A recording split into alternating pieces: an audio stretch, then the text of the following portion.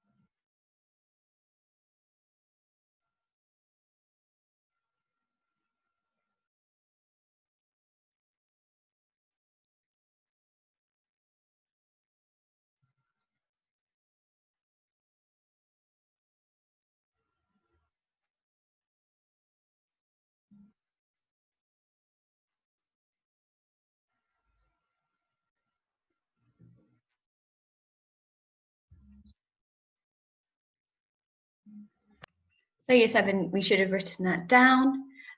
which is absolutely great. We're just going on to the final part of the lesson, which is what do the plants use the glucose for? Okay, so glucose produced by photosynthesis can be used by the plant in a few different ways, and we're going to find out more. Glucose, is it used to make new chemicals? It's used to make the new chemicals, and some of the glucose can be used to make proteins and sugars in the plant. So they talked about those, they talked about the cellulose, plant structures, okay, that the plants need for growth. It can be used for respiration, okay, so plants do both respire, so they fall into Mrs. Nerg, they respire and they photosynthesize. Okay, so respiration, all living things respire, and that's how they release the energy. So they do need glucose for that.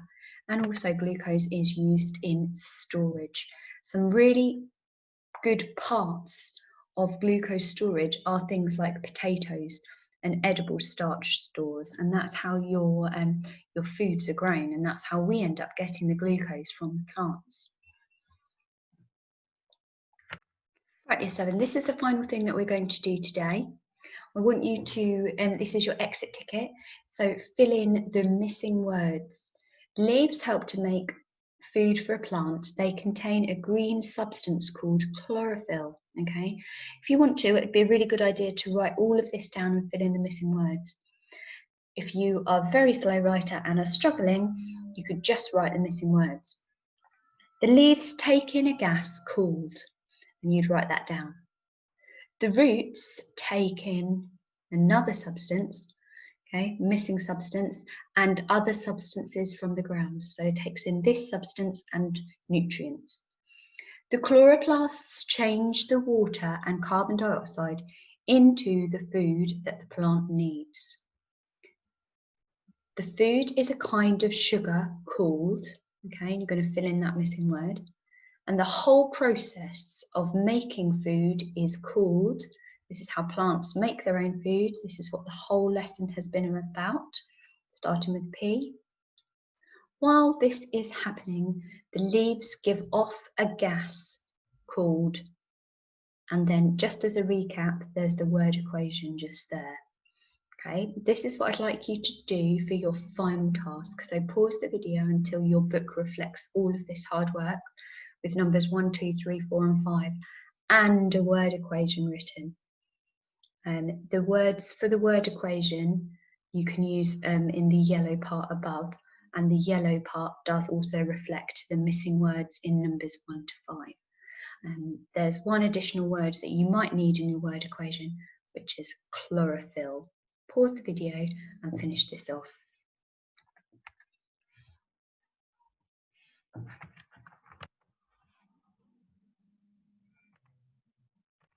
Right, the final thing you need to do today is to mark yourself.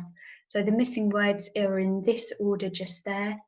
And above the arrow, I would also, on the word equation, have water plus carbon dioxide, is where you've got energy above the arrow and chlorophyll underneath, okay? So mark yourself, see how many you've got out of 5. And above the arrow, you've got energy, and underneath the arrow, you've got chlorophyll.